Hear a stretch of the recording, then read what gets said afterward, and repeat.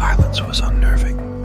It wasn't the kind of silence you experience in a quiet library filled with hushed whispers and the rustle of turning pages. This was the kind of silence that pressed down on you, suffocating, heavy, like a thick smog blanketing the entire house.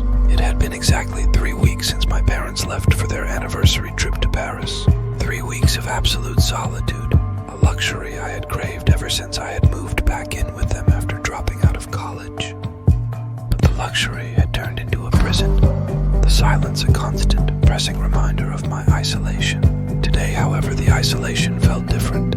I could feel a presence watching me, not a menacing, supernatural presence, but something more primal, animalistic. It started with a scratching sound from the attic, something I had dismissed as the old house settling. But the scratching persisted, growing louder, more insistent. It moved from the attic to the walls, then to the floorboards below me. It was like a shadow was moving through the house, unseen but tangible. My phone, normally my lifeline to the outside world, was dead. The power had gone out a few hours ago, plunging the house into darkness. I had tried calling my parents, but the line was dead. I gripped the rusty kitchen knife, its handle cool and smooth under my clammy fingers. Panic was rising in my chest, a tight, constricting knot that threatened to choke me. Suddenly I heard it, a soft, rhythmic thumping coming from the living room. I froze, my heart hammering against my ribs. The thumping became louder, closer, accompanied by a low, guttural growl.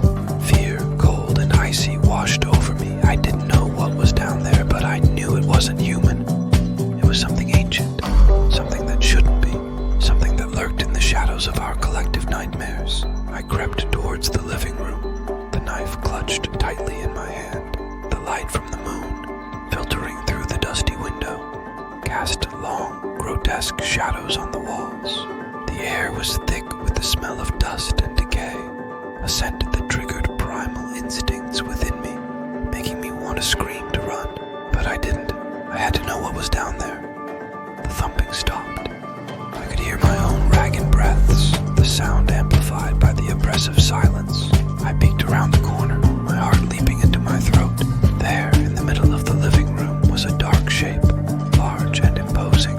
It wasn't distinctly humanoid, but it had an unsettlingly human-like quality to it. Its silhouette was blurred, distorted, as though it was made of shifting shadows. It turned, its eyes glowing an eerie green in the moonlight. The eyes were the worst part. They held an intelligence that was beyond human comprehension, a cruelty that chilled me to the bone. I felt my legs give way, my body trembling uncontrollably. I dropped the knife, its clattering sound echoing through the room. The creature moved with a fluidity that defied its imposing size, slipping towards me, its growl deepening into a monstrous roar. The last thing I saw before the darkness consumed me was the creature's grotesque grin, a terrifying mockery of human joy. The next morning my parents came home to find the house quiet, the windows boarded up, and the scent of decay lingering in the air.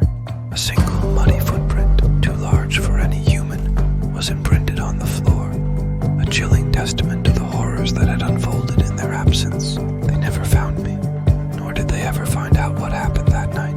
But every so often, when the silence becomes too heavy, I can almost hear the scratching, the thumping, the low, guttural growl echoing in the darkness, and the eyes, those terrifying green eyes, burn into my mind, a constant reminder of the night I became another victim.